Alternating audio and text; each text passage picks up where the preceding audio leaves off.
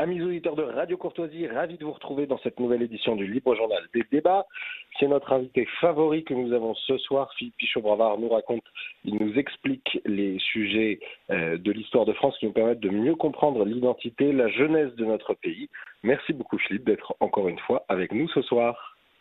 Eh bien, c'est moi qui vous remercie, Charles, de cette invitation qui est maintenant traditionnelle, coutumière et dont je me réjouis toujours. Et des coutumes, nous allons parler cet après-midi, mais pour commencer, une autre question traditionnelle. Ces émissions sont fondées sur vos articles pour la revue Le Bien Commun. Nous encourageons tous les auditeurs à s'abonner. Quel est le propos de ces articles? Dans quel sens les écrivez-vous? En somme, quelle est la cause de ces articles et finalement de nos émissions, cher Philippe? Eh bien, chaque mois depuis maintenant 2 ans et demi, je publie dans Le Bien Commun un article consacré à notre histoire, à l'histoire de France. Cette histoire de France qui est aujourd'hui si mal connue, que l'on connaissait à peu près convenablement il y a encore quelques décennies, même si cette histoire avait été gauchie, déformée par l'historiographie officielle, la grande majorité de nos compatriotes connaissaient les grandes figures de cette histoire et les dates principales et les anecdotes qui illustraient les grands événements et les grands personnages de cette histoire. Bon, aujourd'hui, malheureusement, cette histoire, elle est mal ou peu enseignée, elle est peu connue des jeunes générations, y compris les grandes figures, y compris les grands événements. Et cette rubrique vise à permettre à la génération montante de s'approprier cette histoire, de se la réapproprier, et puis à une époque où, pour des raisons idéologiques, il est de bon ton de noircir notre pays, de présenter son histoire de manière sombre, d'insister lourdement sur les pages les plus difficiles et en les noircissant encore davantage qu'elles ne le sont, en faisant de ces pages une présentation erronée, eh bien, il est bon de montrer que notre histoire, ce n'est pas cela. Que notre histoire, elle a été pendant 1500 ans, une grande histoire, avec des personnages exaltants, avec de grandes figures, avec de grands saints, avec des héros, de grands savants, des rois, de très grands ministres. Alors on comprend d'ailleurs qu'à notre époque on ne met plus tellement en valeur les grands serviteurs de l'État d'autrefois, parce qu'il faudrait rappeler d'abord l'étymologie du mot ministre, qui est d'être un serviteur. Et puis il est évident que ceux qui assument ces fonctions aujourd'hui sont des Lilliputiens à côté de ces géants que pouvait être l'abbé Suvert, que pouvait être Bertrand du Guesclin, l'amiral Jean de Vienne, que pouvait être Michel de l'Hôpital, le surintendant Sully, le cardinal de Richelieu, et je ne donne là que quelques noms dans cette longue liste des grands personnages qui ont fait la France. Je me souviens d'ailleurs d'un exercice pour le concours d'agrégation, une conférence d'agrégation à Paris 2, où l'un des professeurs qui animait ce concours d'agrégation d'histoire du droit, Éric Bournazel, connu pour sa biographie de Louis VI le Gros, avait eu ce mot très révélateur, lui qui avait occupé dans l'université une place intéressante, qui avait fait une belle carrière. C'était l'époque où nos rois faisaient la France, alors que maintenant nous sommes affairés à la défaire. Voilà.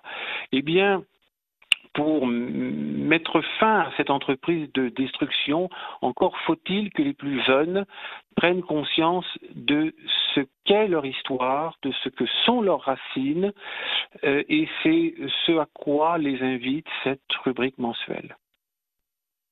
Vous avez décidé de vous pencher plus particulièrement sur le thème de la monarchie absolue ce mois de novembre.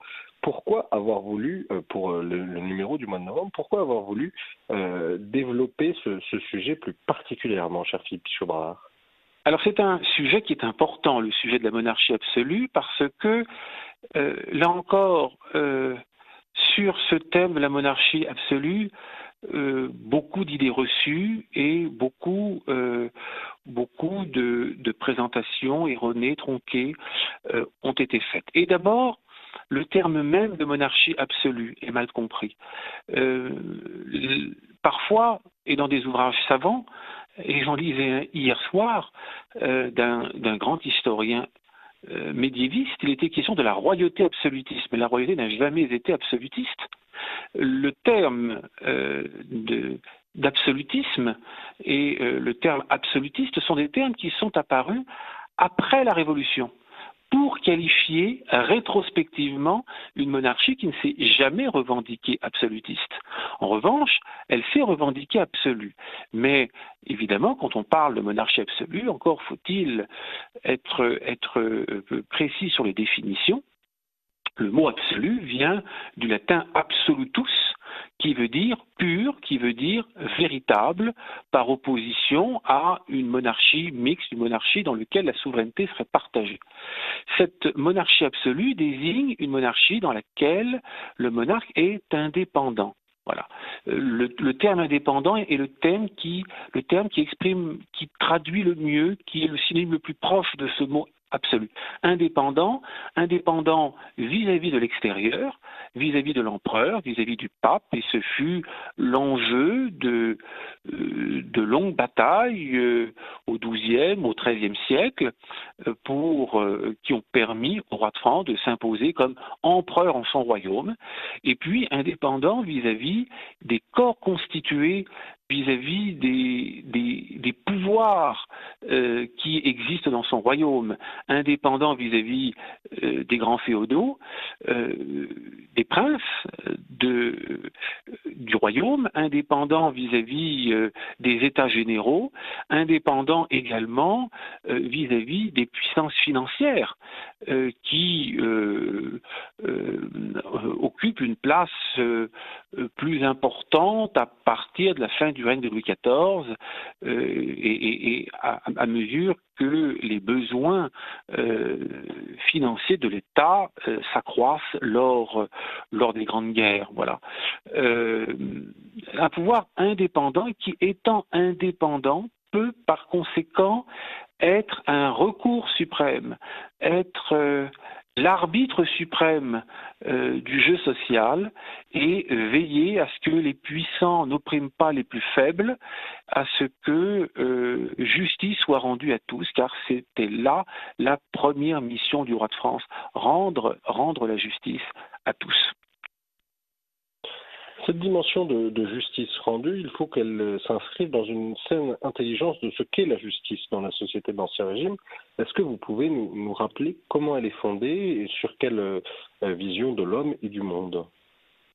Alors, la justice, elle est tout à fait essentielle dans l'ancienne France. Elle est le cœur nucléaire de la royauté française, comme elle est d'ailleurs, car n'en déplaise à certains vieux jurisconsultes de l'ancienne France, ce n'est pas propre à la France, c'est le propre de toutes les sociétés traditionnelles.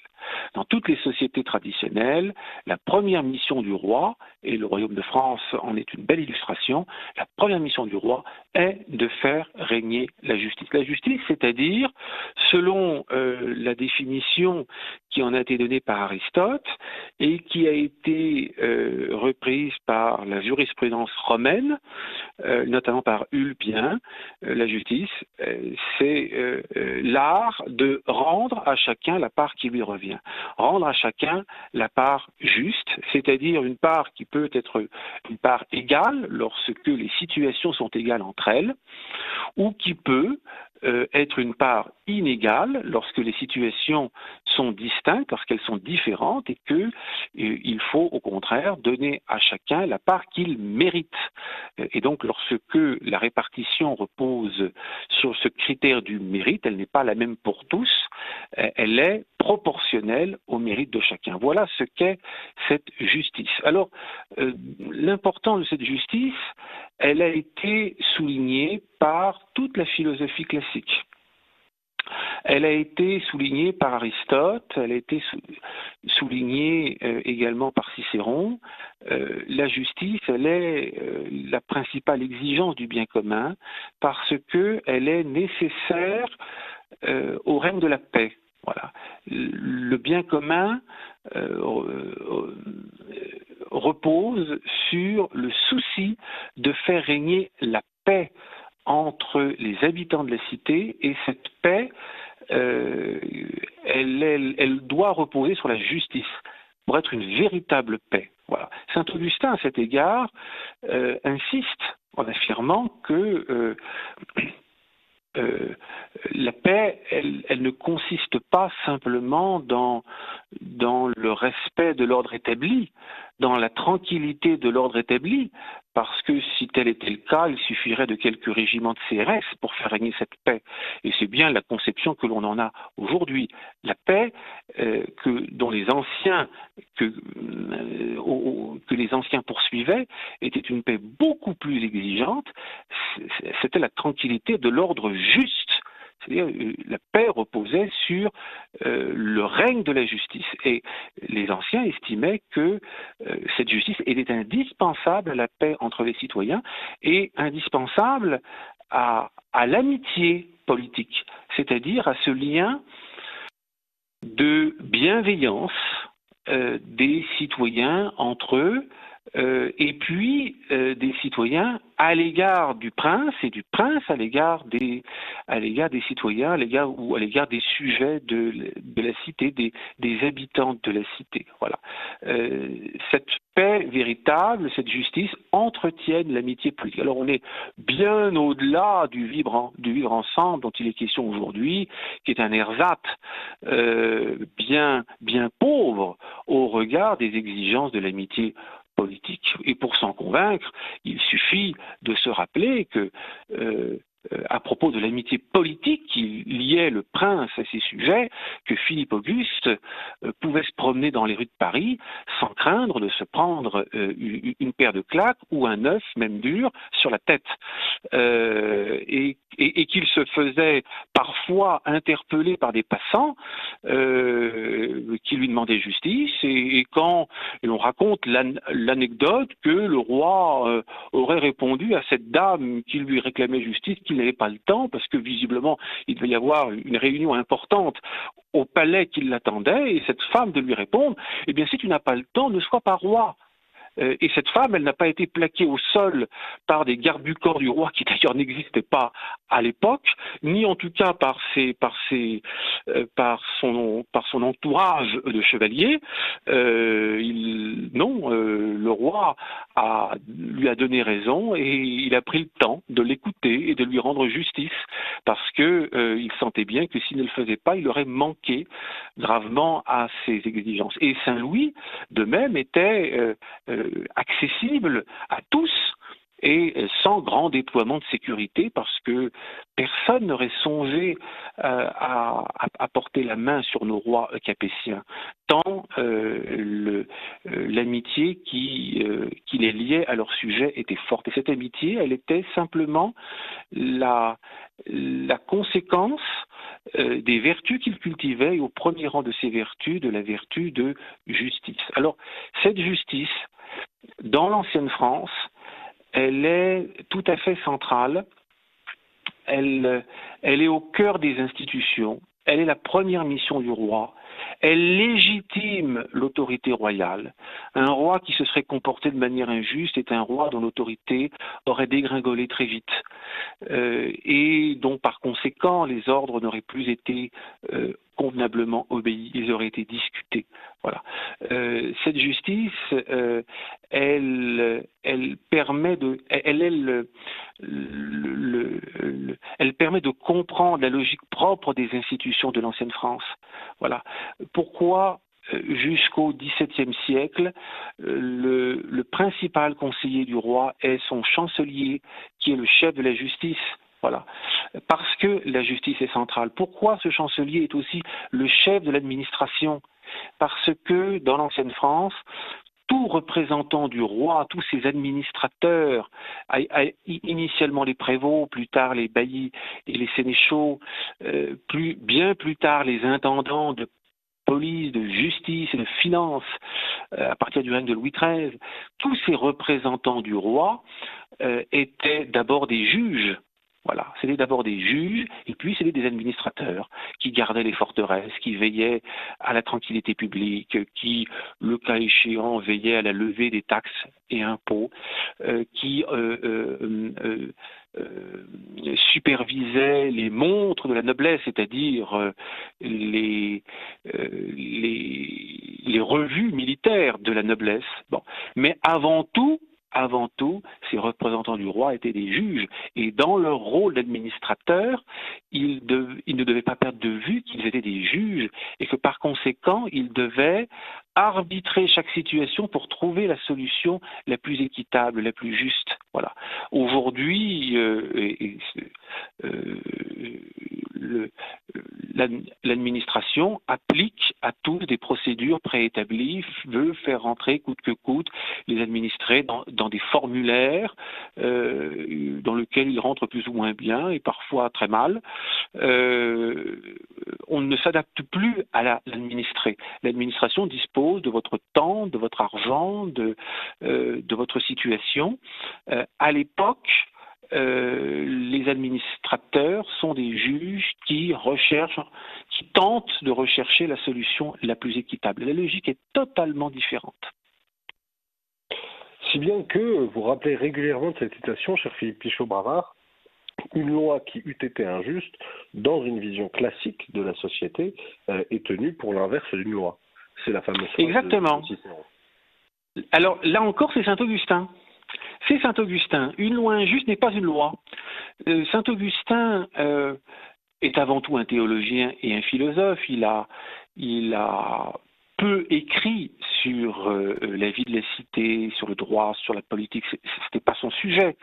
Mais le peu qu'il en a dit, principalement au chapitre 19 de la Cité de Dieu, le peu qu'il en a dit a marqué toute la civilisation médiévale et par conséquent toute la civilisation occidentale.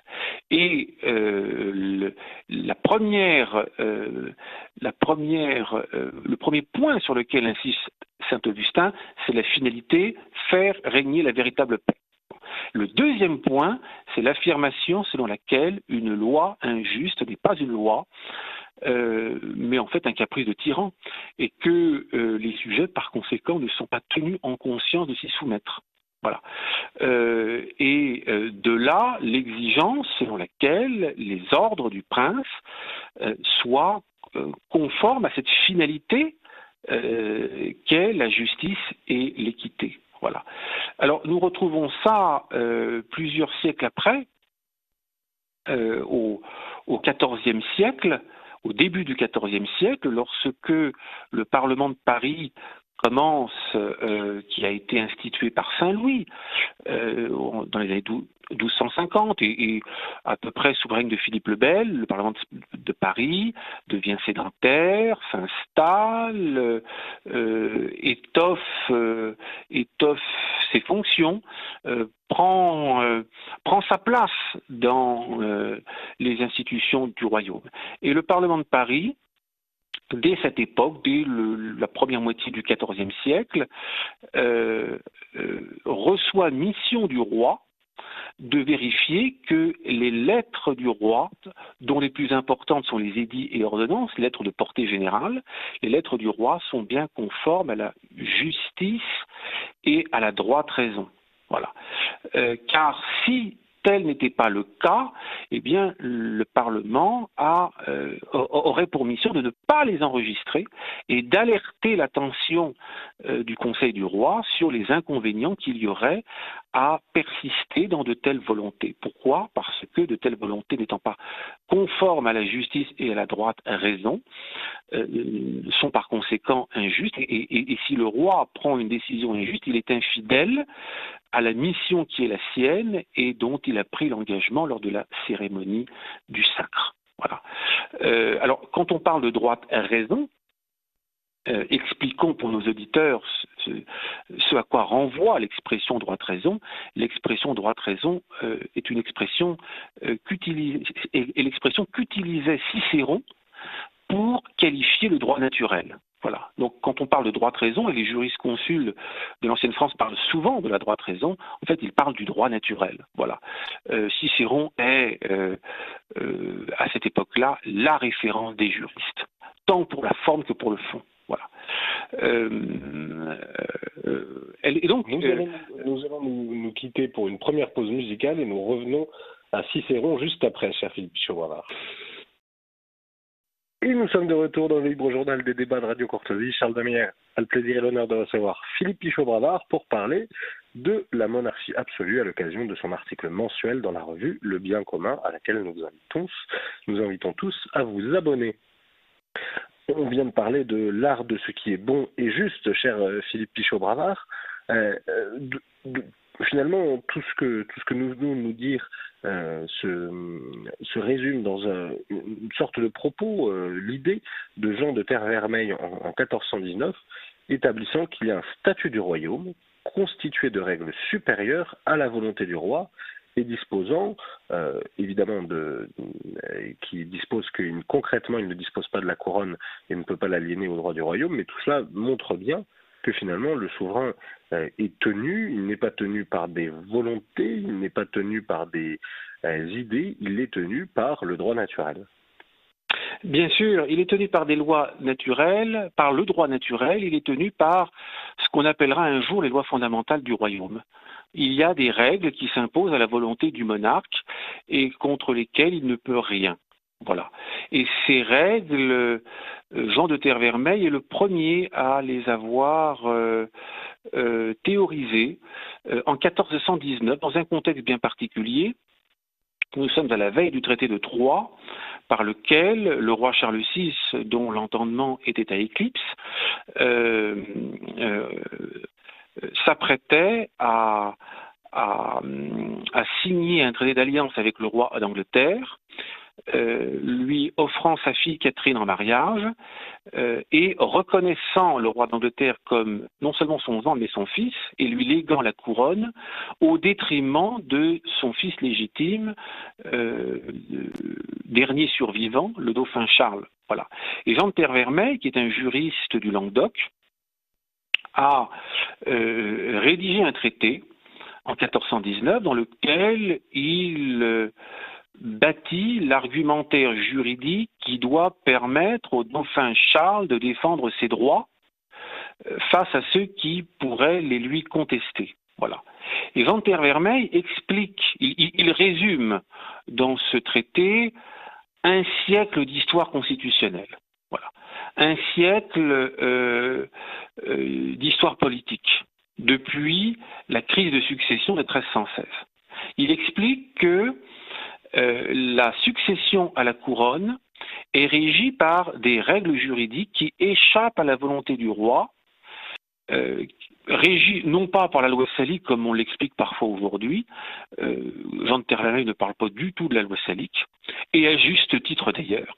Il parle de la coutume successorale. Voilà.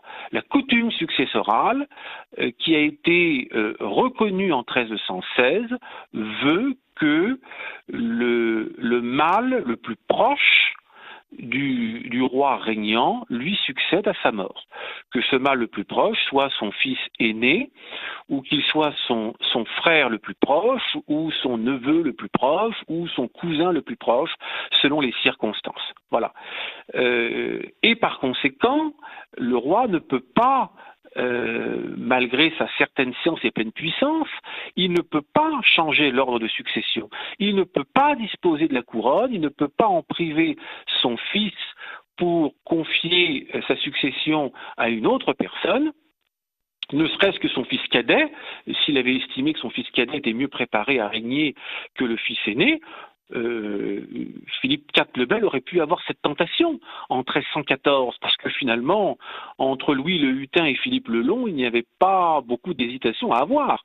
L'un, le cadet Philippe le Long, avait toute l'étoffe d'un grand homme d'État, et il a été pendant les 5 années où il a été roi un très grand roi, et il aurait inscrit son nom dans la liste des grands rois si au lieu de régner 5 ans et d'être emporté à 30 ans, il avait régné 30 ans, comme son père, alors que l'autre, Louis le Hutin, était terrifié par la perspective de régner et n'était pas prêt à assumer cette fonction. Bon.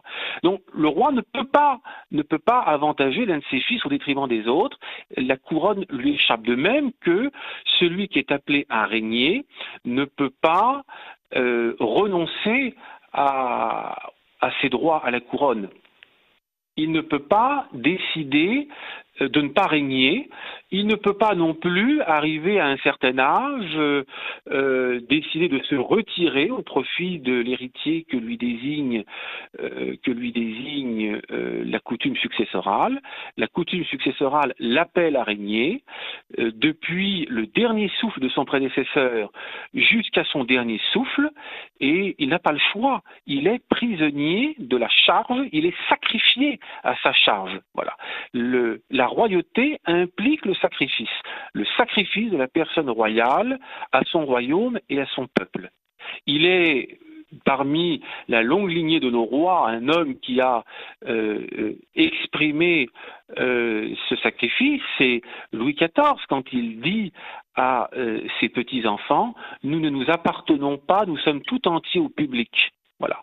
Et ce sacrifice, il est revenu à son descendant Louis XVI de montrer jusqu'où il pouvait aller, c'est-à-dire jusqu'au sacrifice de la vie. Et Van Kervermey poursuit en expliquant que il y a cette première règle de la coutume successorale avec le principe de primogéniture masculine qui entraîne l'indisponibilité de la couronne, et puis il y a cette autre règle qui est l'inaliénabilité du domaine de la couronne. Le domaine est inaliénable, le roi n'est pas propriétaire de la couronne, il n'est pas propriétaire du domaine, il ne peut pas l'aliéner, il a le devoir de transmettre le royaume et son domaine intact à l'héritier, au successeur que lui désigne la coutume successorale. Voilà. Cette règle de l'inhabilité du domaine de la couronne qui s'est affirmée, là encore, au cours du XIVe siècle par des ordonnances qui ont été rendues par nos rois successifs. Je pense notamment à des ordonnances de Philippe V, et puis tous les rois qui lui ont succédé ont affirmé cette règle. Il y a sur ce sujet du statut du domaine de la couronne et de son inaliénabilité une thèse qui a été soutenue il y a une trentaine d'années maintenant par Guillaume Lett, qui a été depuis président de l'université de Paris 2 et auquel je renvoie ceux des auditeurs que cette question passionnerait. Tout cela souligne l'existence de règles qui s'imposent à la volonté du monarque. Le roi ne peut pas faire tout ce qu'il veut. Voilà. Il est soumis au droit. Alors, derrière cet esprit, il y a une affirmation qui, un siècle après Jean de Terre-Vermeil, a été formulée par Claude de Seyssel dans la monarchie de France en 1515, à savoir que la monarchie de France n'est pas une monarchie au sein de laquelle le roi peut faire tout ce qu'il veut, mais une monarchie dans laquelle la volonté du roi est réglée et réfrénée par bonne loi, ordonnances et coutumes, lesquelles sont établies de telle sorte qu'à peine se peuvent rompre et annihiler. Et alors, Claude de Seyssel, qui a été ambassadeur, ministre de Louis XII, entend par cette démonstration expliquer au jeune François Ier, qui n'a que 19 ans, lorsqu'il monte sur le trône, la logique des institutions, une logique que le jeune roi semble ne pas avoir encore bien comprise. Et il lui dit, voilà, il y a 3 freins qui limitent votre puissance absolue. Ces 3 freins, dit-il, c'est la religion, la justice et la police. Et quand on y réfléchit, alors police, expliquons pour nos auditeurs, le terme police n'a pas le sens à l'époque que nous lui donnons aujourd'hui. Le mot police renvoie étymologiquement au mot politeia, mot dont se servait Aristote pour qualifier d'une part le régime mixte, c'est-à-dire le meilleur régime possible, et d'autre part la Constitution. Voilà. Donc la police, ce sont les lois du royaume. Voilà. Alors, religion, justice, police sont les 3 freins, nous dit Claude de Seyssel, de la monarchie et qui s'imposent à la volonté du roi. Alors, quand on y regarde de près, la question qui vient ensuite est qu'est-ce qui empêche le roi de se libérer de ces freins? Eh bien, tout simplement, le fait que ces freins sont en même temps les piliers sur lesquels repose le trône. Si le roi ne respecte pas ces freins, il mine les fondements même de son autorité, qui risque d'être très rapidement contestée, et sa légitimité risque d'être ruinée. Expliquons. La religion est le frein de la monarchie parce que le roi se doit de gouverner de manière chrétienne. Il se doit de protéger l'Église, il en a pris l'engagement lors du sacre. Il se doit de professer la religion chrétienne et de la professer non seulement par la bouche mais aussi par les actes en gouvernant son peuple selon l'idéal chrétien du gouvernement, cet idéal ministériel qu'avait théorisé saint Augustin, là encore. Et qu'est-ce qui empêche le roi de se libérer de ce frein? Tout simplement le fait que le roi tient sa couronne de la religion, il tient sa couronne de l'onction du sacre. Donc s'il ne respecte pas la religion, il ne respecte pas ce par quoi il est roi. Prenons la justice. Le roi est tenu de régner, de faire régner la justice et l'équité au sein de son peuple. Les oraisons qui sont prononcées lors de la cérémonie du sacre, avant la bénédiction des régalias, avant l'onction, après la remise des régalias, ou au moment de la remise des régalias, toutes ces prières dont les auditeurs retrouveraient facilement le texte dans le très beau livre publié par Patrick Demouy consacré au Sacre des rois de France, qui est un livre magnifique, entre nous soit dit, un très beau cadeau de Noël. Voilà. Si vous cherchez un très beau cadeau, un très beau livre d'art à offrir à vos amis ou à vos proches pour Noël, eh bien vous avez le livre de Patrick Demouy, Le Sacre des rois de France. Voilà.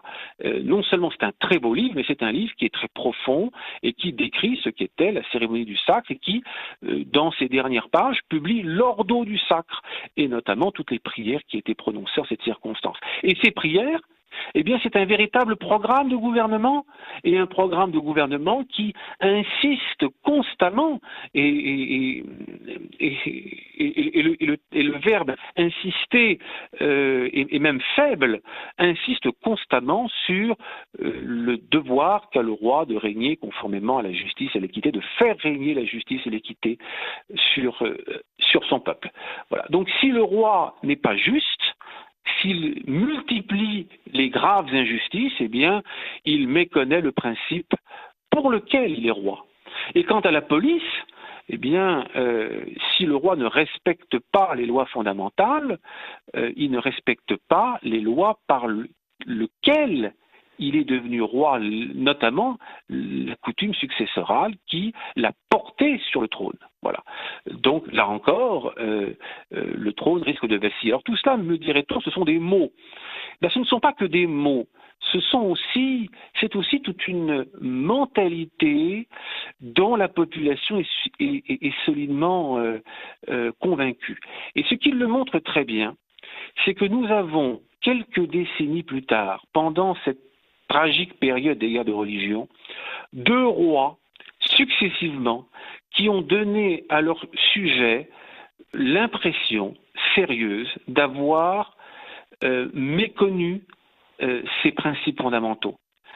D'abord Charles IX, avec le massacre de la Saint-Barthélemy, qui a été un moment tout à fait traumatisant dans notre histoire, qui à l'époque n'a pas été perçu comme un massacre de protestants par des catholiques, mais plutôt comme un crime d'État dicté par des considérations machiavéliennes, ayant conduit le roi Charles IX, sous l'influence des conseillers italiens qui l'entouraient, à vouloir éliminer la noblesse protestante. Voilà. C'est ainsi que le massacre a été perçu dans les années 1570. Eh bien, le roi, en commandant ce massacre, et surtout en assumant la responsabilité, avait gravement méconnu le principe de justice. Voilà. Et ayant méconnu gravement le principe de justice, eh bien, toute une partie de son royaume lui a échappé. Les provinces du midi du royaume se sont soustraits à son obéissance et ont constitué ce qu'on a appelé les provinces unies du midi, en plaçant à leur tête le gouverneur du Languedoc, le maréchal de Montmorency d'Anville, en se dotant d'institutions, États généraux, États des provinces, États des diocèses ou des pays, toute cette partie méridionale de la France, qui couvrait le Languedoc, qui couvrait la Guyenne, qui couvrait le Poitou, a échappé au gouvernement royal jusqu'à la mort de Charles IX et encore dans les premiers mois du règne d'Henri III. Voilà. C'est en fait la réunion des États généraux de 1576 qui a permis de restaurer pleinement l'autorité royale dans cette partie du royaume. Bon. Deuxième exemple, la décision prise par Henri III au mois de décembre 1588 d'exécuter le duc de Guise. Alors, l'exécution du duc de Guise en soi n'était pas injuste en ce que le duc de Guise avait fait tout ce qu'il fallait pour être condamné à mort et exécuté. Il avait signé un traité secret avec l'Espagne, puissance étrangère. On était dans un cas de haute trahison. Et donc qui en soi justifiait le résultat. La seule chose, c'est que les formes de la justice font aussi partie de la justice. Et faire oxyre un personnage sans l'avoir entendu, sans lui avoir demandé des comptes, sans avoir reçu sa version, sans l'avoir confronté avec les preuves, sans avoir finalement respecté les formes de la justice, c'est un manquement grave à la justice. Ajoutons que le duc de Guise étant le champion du parti catholique zélé, les catholiques zélés, les ligueurs, ont interprété l'exécution du duc de Guise et de son frère, le cardinal de Guise, le lendemain, comme un manquement grave à l'obligation qu'avait Henri III de protéger la foi catholique. Voilà. Et le résultat, c'est que la plus grande partie du royaume a cessé de reconnaître Henri III comme roi. La Sorbonne, la faculté de théologie de la Sorbonne, dans les 15 jours qui ont suivi, a prononcé une soustraction d'obédience. À Paris, le troisième frère, le duc de Mayenne, a été reconnu lieutenant général de la couronne et lieutenant général de l'État et couronne de France, exerçant les fonctions royales sans en avoir le titre et dans l'attente d'un roi. Ce qui montre bien que Henri III n'était plus reconnu, et Henri III d'ailleurs, dans la propagande ligueuse et dans les prédications des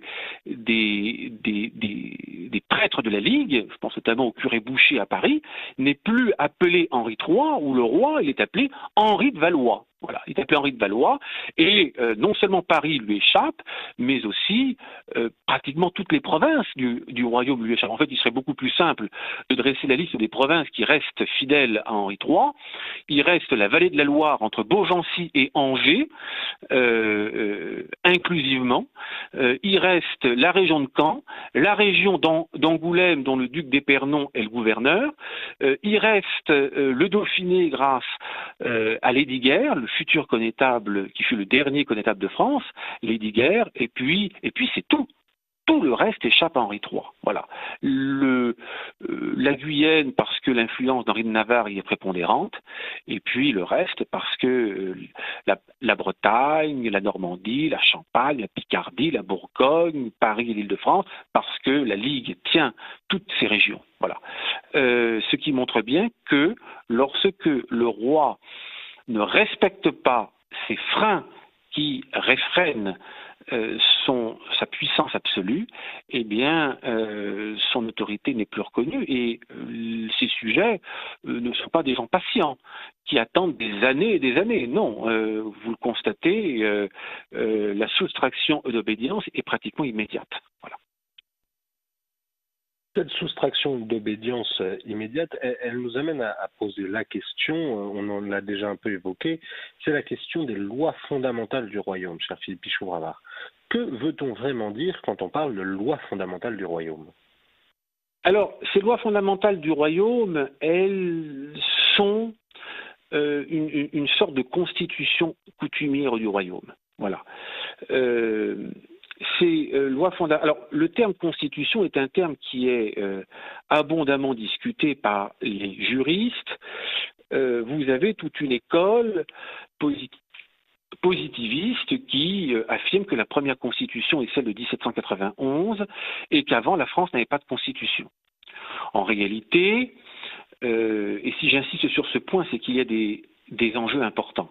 En réalité, cette tradition positiviste ne fait que reprendre l'avant-dernier article le dernier article de la Déclaration des droits de l'homme et du citoyen, selon lequel tout pays dans lequel la garantie des droits n'est pas assurée ni la séparation des pouvoirs établie n'a pas de constitution. Voilà. Et derrière cette définition parfaitement péremptoire, très idéologique, marquée par l'idéologie libérale, il y avait la volonté de certains députés de l'Assemblée constituante de libérer les députés de l'Assemblée constituante de cette constitution coutumière du royaume et d'escamoter le fait que tout ce que ces députés avaient fait depuis le mois de juin, c'est-à-dire se proclamer Assemblée nationale, c'est-à-dire s'emparer du pouvoir constituant, c'est-à-dire créer un comité de constitution, c'est-à-dire se lancer dans la rédaction d'une nouvelle constitution et d'une déclaration des droits, toutes ces initiatives étaient violemment anticonstitutionnelles et tout à fait contraires aux droits établis.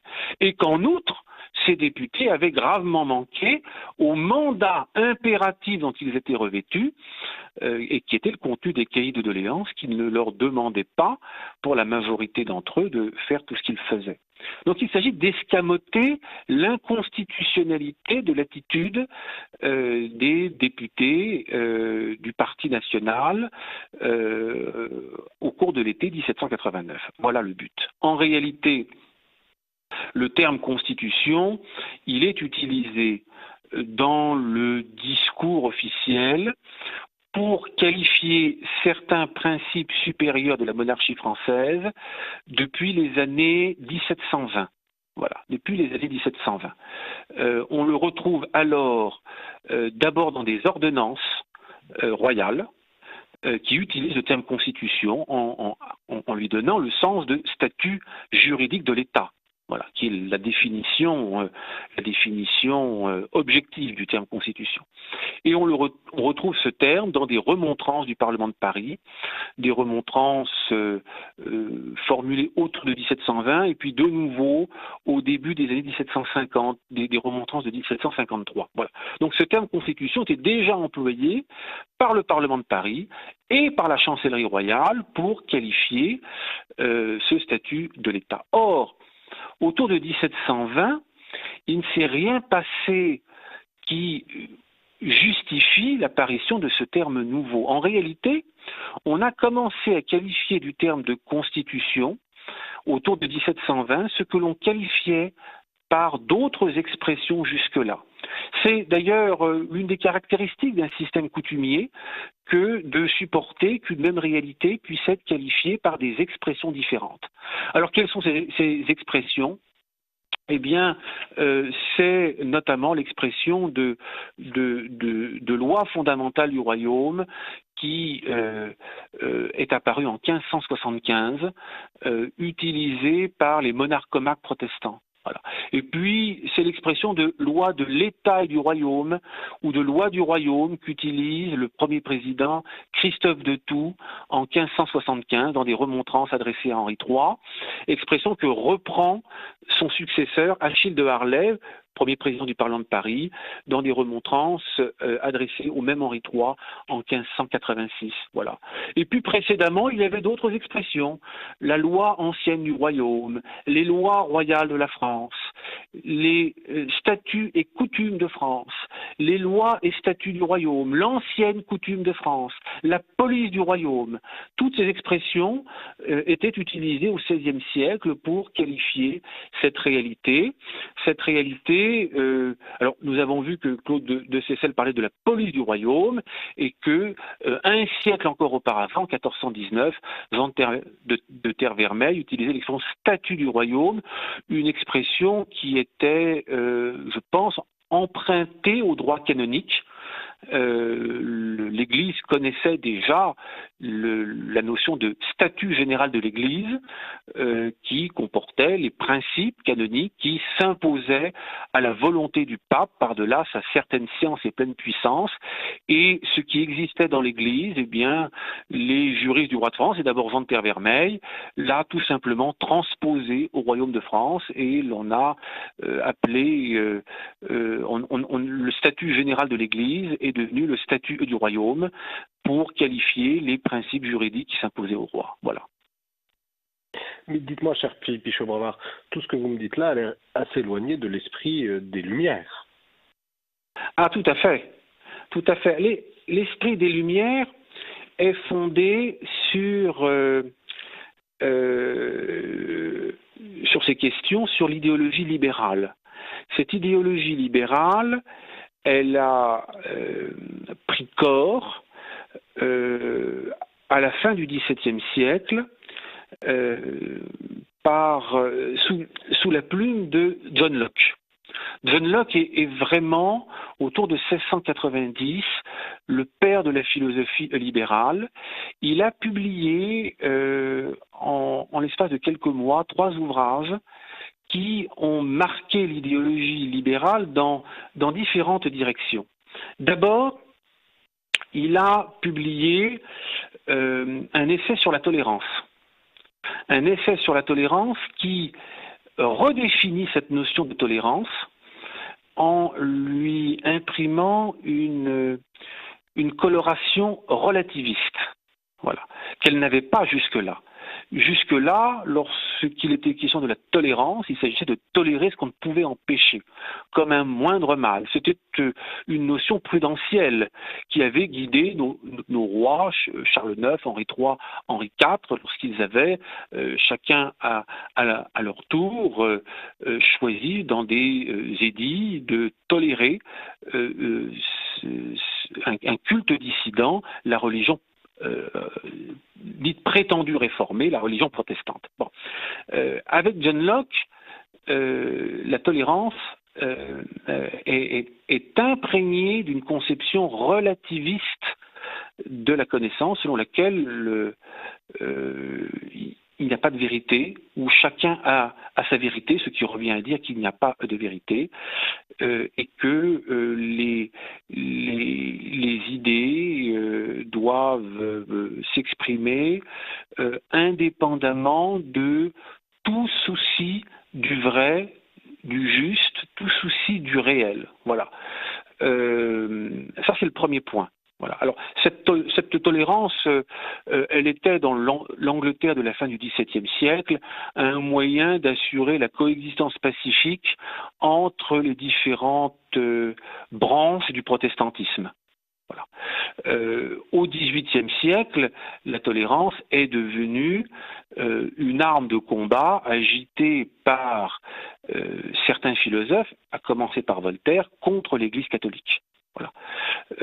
Auquel on refusait le bénéfice de cette tolérance, précisément parce que la religion catholique repose sur le souci de la vérité et le souci de rechercher la vérité et de tendre vers cette vérité qu'est le Christ. Voilà.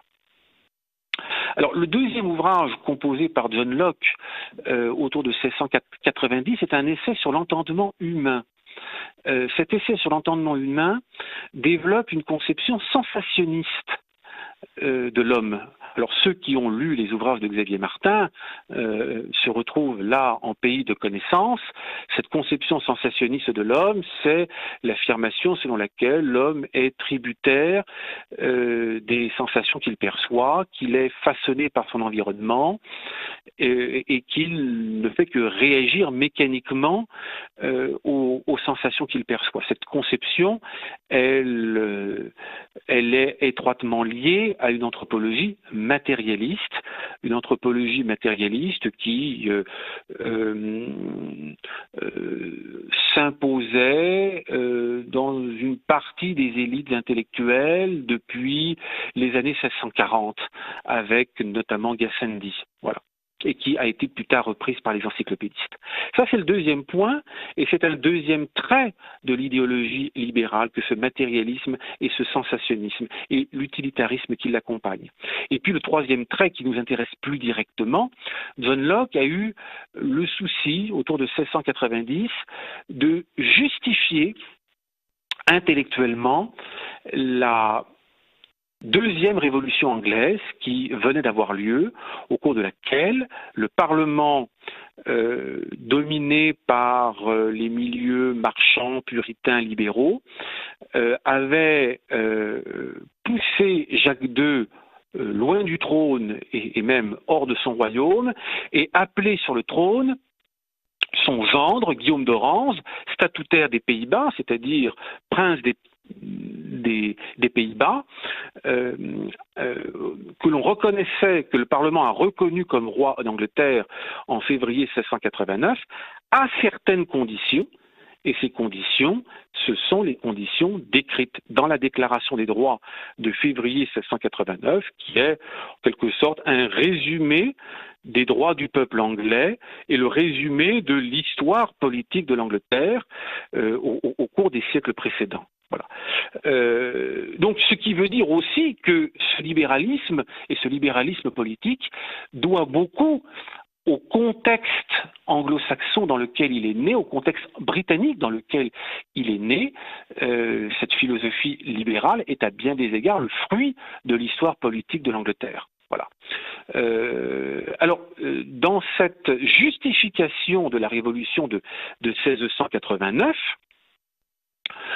John Locke développe la théorie du contrat social, selon lequel la société serait artificielle, serait née d'un contrat conclu entre des individus à l'origine isolés dans l'état de nature. Ces individus, selon John Locke, se réunissant pour donner naissance à la société afin d'établir des institutions qui pourraient garantir certains de leurs droits, leur propriété d'abord, leur liberté ensuite et leur sûreté enfin, les mettre à l'abri des entreprises des plus forts qui, dans un état de nature ignorant le droit, sans règle de droit, menaçaient les plus faibles. Donc donner naissance à des institutions qui réguleraient les relations entre les individus, qui arbitreraient ces relations, qui concilieraient les intérêts particuliers et qui garantirait cette liberté, cette propriété et cette sûreté. Et pour ce faire, John Locke affirmait que les institutions devaient être reposées sur un savant équilibre, un dosage mécanique, un équilibre mécanique pour éviter que ceux auxquels serait confié le pouvoir abusent de ce pouvoir. Voilà. L'idée de l'abus de pouvoir, alors qui ne consiste pas, d'ailleurs, dans la perspective libérale, à se servir du pouvoir pour mal agir, mais à étendre le champ de ce pouvoir hors de son champ juridique initial. Voilà ce qu'on entend par mal agir du pouvoir. C'est aller au-delà. Voilà. Et donc, pour éviter cela, John Locke a théorisé la séparation des pouvoirs, le pouvoir exécutif, le pouvoir législatif et à l'époque le pouvoir fédératif, ce que Montesquieu a transformé 50 ans plus tard dans l'esprit des lois en lui distinguant entre le pouvoir exécutif, le pouvoir législatif et le pouvoir judiciaire. Voilà. Et donc la perspective libérale est effectivement totalement différente de la perspective monarchique traditionnelle, parce que dans les institutions de l'ancienne France, il n'y a pas de séparation des pouvoirs, et il ne peut pas y en avoir. Et il ne peut pas y en avoir pour une raison très simple, c'est qu'il n'y a en fait qu'un seul pouvoir, le pouvoir de rendre la justice. Tout est absorbé par la justice. Si on avait la possibilité de rencontrer, de faire se rencontrer des hommes d'époques différentes, on assisterait certainement à des dialogues tout à fait intéressants et en même temps très amusants. Imaginez Montesquieu expliquant la séparation des pouvoirs à Saint-Louis. Je crains fort que Saint-Louis aurait ouvert de grands yeux et n'aurait rien compris aux élucubrations de Montesquieu, parce que pour Saint-Louis, il n'y avait qu'un seul pouvoir, le pouvoir de rendre la justice. Voilà. Et le fait de donner la loi n'est qu'une expression du pouvoir de justice. Voilà. Avec cette pensée libérale, on veut imposer l'idée de cette séparation des pouvoirs en expliquant que tout gouvernement dans lequel les pouvoirs ne sont pas séparés sont des gouvernements despotiques. Alors le mot despotique est un mot qui n'est pas neutre. C'est un mot qui vise à assimiler le gouvernement que l'on qualifie de despotique aux gouvernements orientaux et notamment au gouvernement du Grand Turc, voilà, qui sert de repoussoir.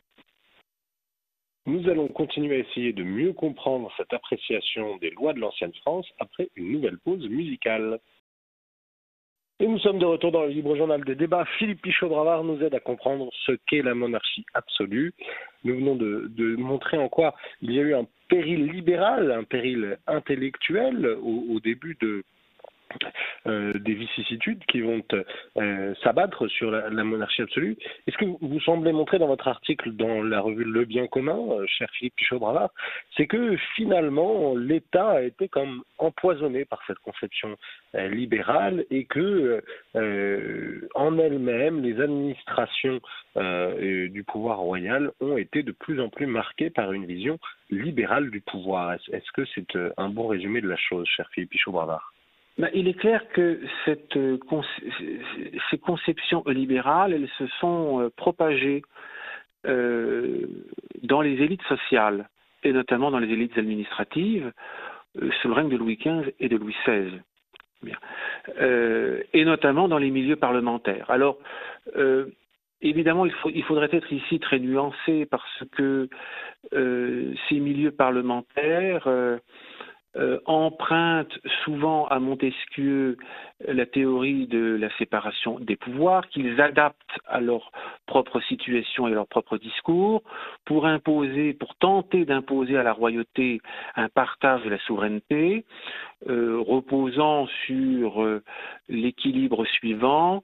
Le Parlement aurait le pouvoir judiciaire, le roi le pouvoir exécutif, et le pouvoir législatif serait partagé entre le roi et le Parlement, le roi ayant l'initiative et le Parlement le pouvoir d'empêcher. Voilà la formule qui semble dominer chez la majorité des parlementaires dans les années 1750 et 1760. Voilà. Et évidemment, cette formule-là, les parlementaires veulent l'imposer au roi.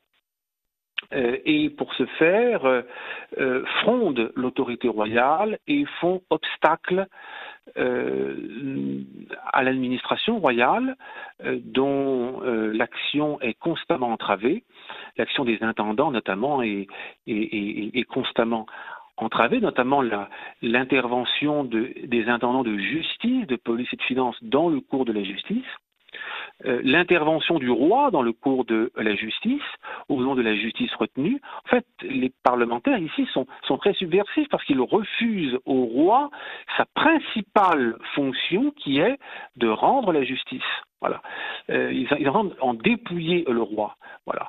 Alors, face à cette fronde qui marque les institutions de la monarchie, principalement entre le printemps 1751 et l'hiver 1771, le moment de la réforme Maupoux, Louis XV a réagi. Il a réagi en deux temps. D'abord lors de la fameuse séance de la flagellation dont nous avons déjà parlé à ce micro et qui était l'objet d'un des premiers articles de cette rubrique. Le roi a rappelé ce qu'étaient les véritables lois fondamentales de l'État. Voilà. Et puis, d'autre part, comme ce rappel théorique n'était pas suffisant, Louis XV s'est lancé avec le chancelier Maupoux dans une grande réforme de la justice qui a conduit à écarter les magistrats frondeurs, à les remplacer par de nouveaux magistrats et, dans le même temps, à réaliser une grande réforme de la justice. Mais là encore, nous avions consacré à ce thème un article il y a quelques mois que les auditeurs retrouveront dans le bien commun. Alors pour le reste, les magistrats n'adhèrent pas au volet anthropologique de ce libéralisme. Au contraire, on les voit, ces hauts magistrats qui sont des chrétiens fervents, censurer les œuvres des encyclopédistes parce que ces œuvres, en raison de leur matérialisme, nient la liberté.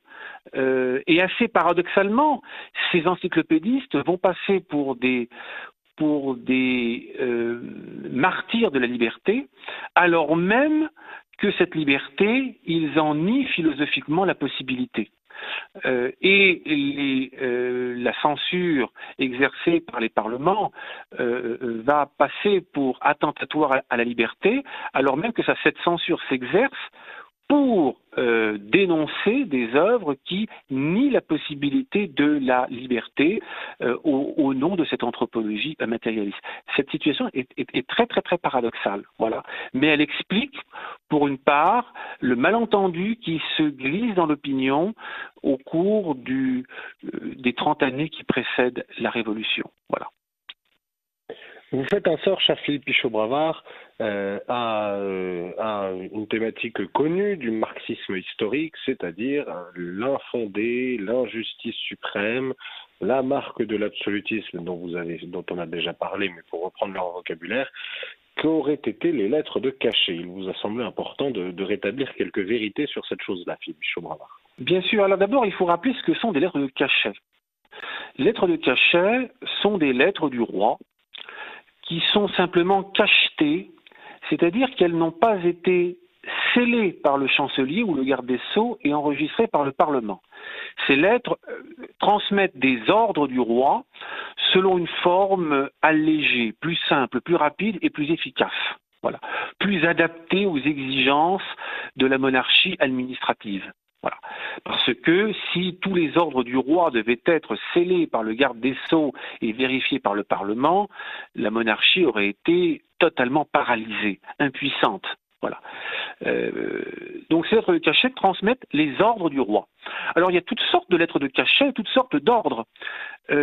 Lorsque le roi convoque les États de Bretagne, ou les États du Languedoc d'ailleurs, quand il convoque les États de Bretagne, ceux qui sont appelés à y siéger, et certaines personnalités sont membres de droit des États de Bretagne, je pense notamment aux évêques de Bretagne, certaines villes sont appelées à déléguer un ou plusieurs représentants à ces assemblées d'État. Eh bien, ces villes où ces évêques ou les chefs de la noblesse, alternativement le duc de Rohan ou le duc de la Trémouille, reçoivent une lettre de cachet. Une lettre de cachet qui leur donne l'ordre d'être présents à l'ouverture des États que le roi convoque dans telle ville, Dinan, Ploërmel, Vitré, Rennes ou Nantes, à telle date. Voilà. Et puis, les lettres de cachet, elles servent Bastille a procédé, principalement depuis la fin du règne de Louis XIV, à des enfermements administratifs. Alors il y a deux sortes d'enfermements administratifs. Il y a d'abord ceux qui sont hautement politiques, qui intéressent l'ordre public du royaume, qui permet au roi de faire enfermer de manière administrative un grand seigneur fondeur ou un espion, un conspirateur, le temps nécessaire. Bon. Il est arrivé qu'on y enferme aussi, pour en général des délais très brefs, quelques semaines, des hommes de lettres irrévérencieux, dont le sonnet ou le pamphlet suscitait des troubles, et donc auxquels on offrait l'hospitalité de la Bastille ou de Vincennes pour quelques semaines, pour quelques mois. Ce qui d'ailleurs n'était pas sans avantage pour cet homme de lettres. Vous prenez un homme de lettres famélique qui crève de faim, qui ne vit pas de sa plume, loin s'en faut, qui écrit deux ou trois lignes assez insolentes. Il se retrouve logé, blanchi, nourri à la Bastille, qui est une prison de luxe. Ce n'est pas un cachot sombre, non, c'est une prison de luxe où on est bien logé, bien nourri, aux frais de l'État, où il peut même recevoir éventuellement des visites. On a même dans les archives de la Bastille, à propos de 12 gentilshommes bretons, qui en 1788 avaient protesté contre la réforme de la justice décidée par Louis XVI au mois de mai 1788.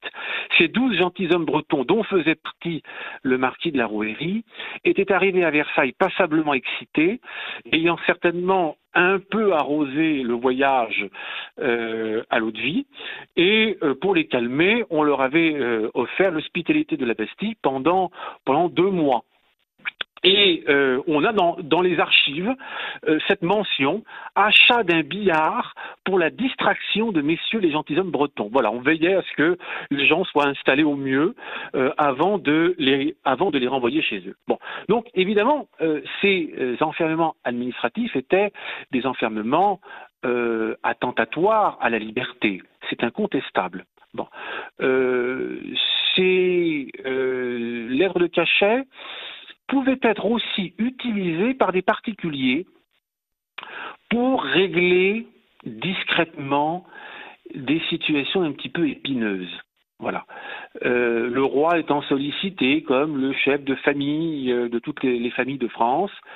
Alors, exemple, dans une famille, vous avez un mari violent, vous avez un grand garçon incestueux qui harcèle ses sœurs.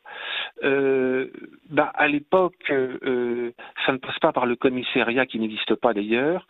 Il n'y a pas de procès parce qu'on est soucieux de l'honneur des familles. Donc on ne veut pas de scandale. Donc dans ces cas-là, on va voir le lieutenant général de police ou l'intendant, on lui expose la situation. Il va arriver un drame, monseigneur l'intendant, il faut faire quelque chose.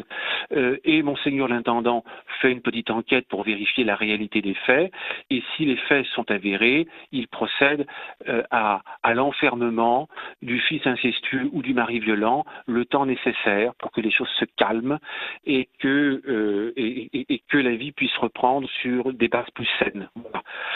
Voilà aussi à quoi servent les lettres de cachet. Elles servent à régler discrètement des situations épineuses et à éviter un scandale qui aurait écorné l'honneur des familles. Alors on a parmi ces lettres, ce type de lettres de cachet, un exemple qui est celui du marquis de Sade. Et là, les auditeurs vont voir à quel point ces lettres de cachet n'étaient pas nécessairement des actes injustes. Elles participent de la justice retenue, elles conduisent le roi à intervenir dans le cours de la justice, mais à imposer discrètement des solutions prudentielles, mais qui néanmoins n'en sont pas moins aussi des décisions de justice. Le marquis de Sade, au cours de l'une des soirées dont il avait le secret et auquel il a attaché son nom, avait tué une prostituée. Le meurtre dans l'ancienne France est passible de la peine de mort. Et le marquis de Sade aurait dû être jugé, condamné à mort et exécuté pour ce meurtre d'une prostituée. La famille est intervenue auprès du roi pour éviter le procès, le scandale, et qui n'aurait pas manqué de rejaillir sur elle. Et Louis XVI a fait cette faveur à la famille de Sade d'ordonner par lettre de cachet l'enfermement du marquis à Vincennes jusqu'à la fin de ses jours. Alors il n'y aura pas de procès, il ne sera pas condamné à mort et exécuté pour les faits qu'il a commis, non, on l'enferme à vie. Voilà, comme ça on l'empêche de recommencer et l'honneur de la famille de Sade est sauf. Voilà à quoi servaient les lettres de cachet. Rivarol, à cet égard, eut une appréciation tout à fait intéressante, soulignant que depuis longtemps, l'ancien gouvernement ne péchait plus que par indulgence.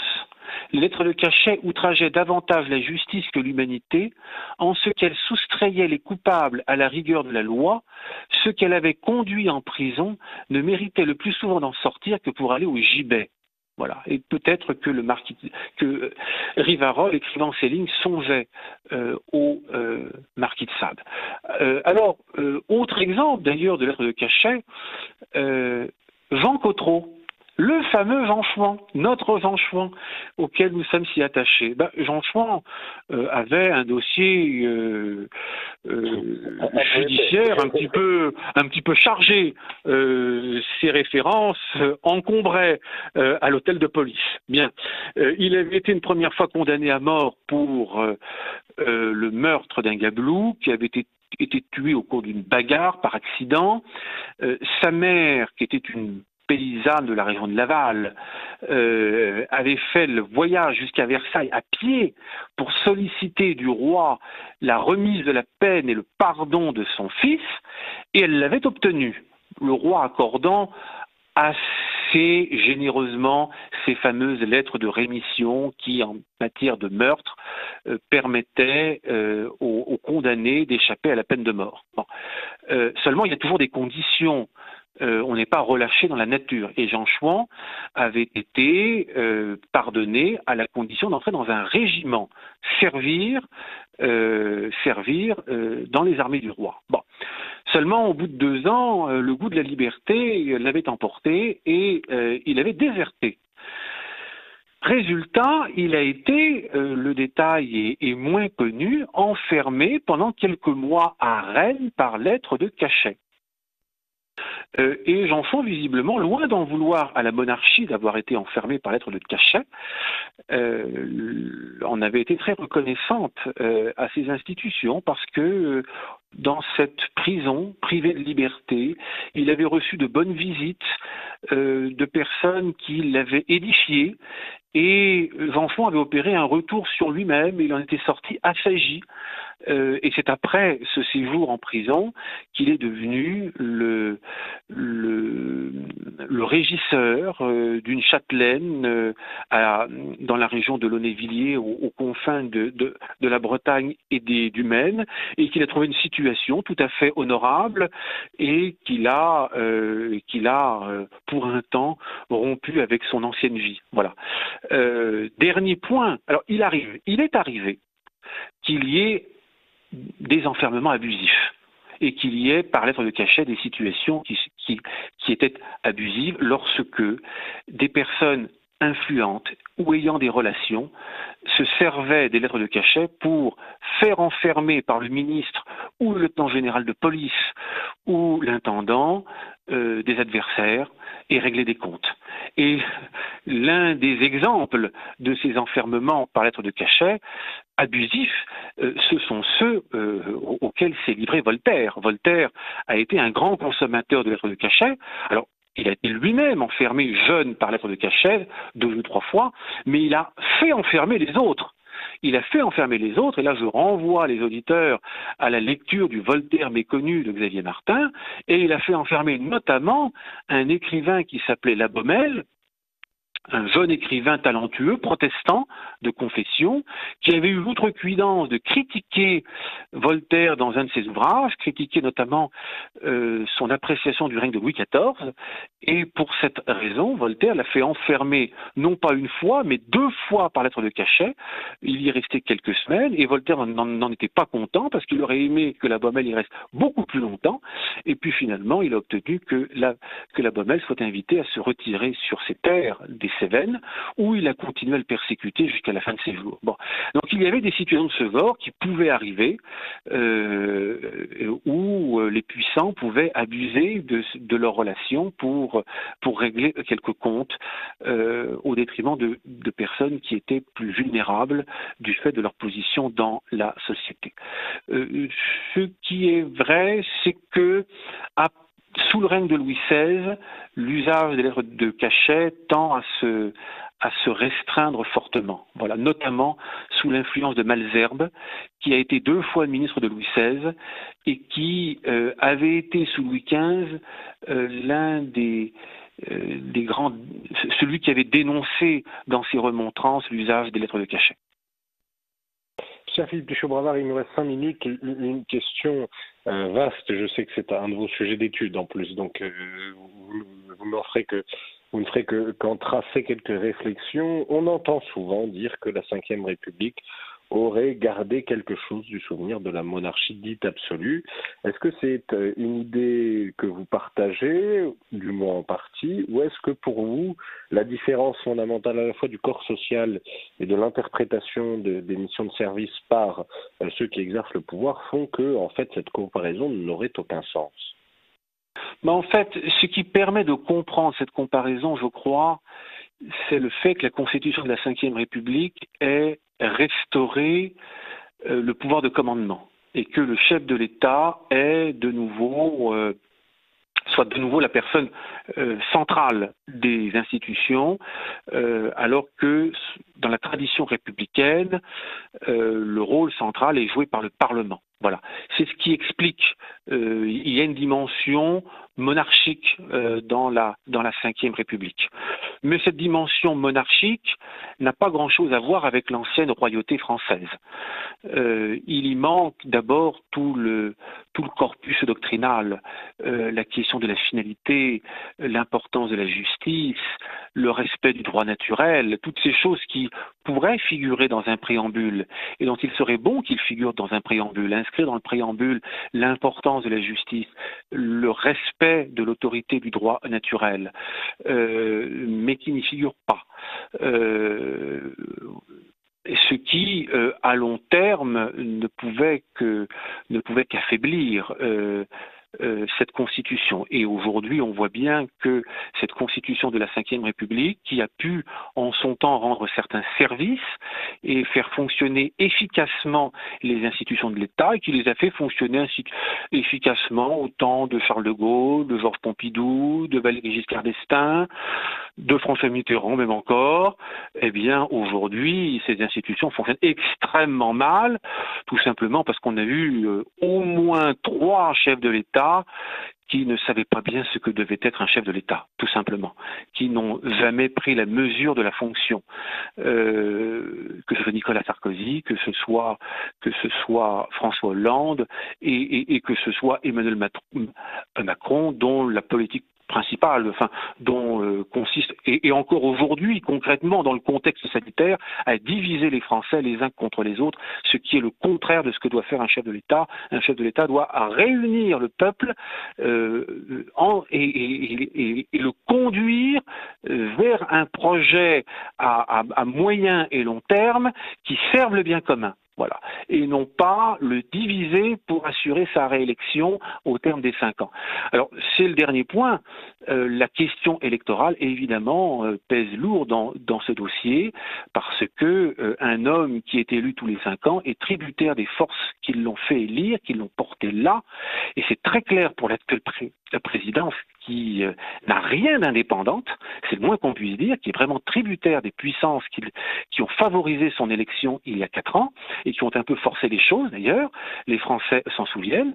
Donc il est tributaire, il n'est pas indépendant, et n'étant pas indépendant, il ne peut pas être l'arbitre au-dessus de la mêlée qui permet de faire régner la justice et qui permet de protéger les plus faibles de l'oppression des plus forts, ce qui était le cas de la royauté capétienne. Voilà.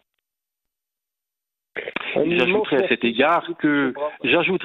égard que les Français, sans le savoir, sont aujourd'hui des orphelins de Saint-Louis. Un immense merci, cher Philippe Pichot-Bravard, de nous avoir accompagnés au cours de cette émission. Je renvoie les auditeurs à vos articles mensuels dans la revue Le Bien Commun. On ne trahit pas de secret en disant que ces articles feront l'objet d'une publication dans les mois à venir, je crois. Oui, exactement. Et nous vous disons à très vite au micro de Radio Courtoisie et du Libre Journal de Débat. Merci Charles.